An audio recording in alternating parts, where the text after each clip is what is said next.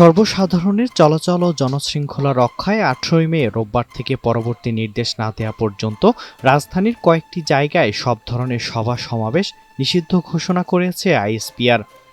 শনিবার ১৭ মে আন্তঃবাহিনী জনসংযোগ পরিদপ্তর আইএসপিআর-এর পাঠানো এক বিজ্ঞপ্তিতে এ তথ্য জানানো হয়। এতে বলা হয়, সর্বসাধারণের চলাচল ও জনশৃঙ্খলা রক্ষার স্বার্থে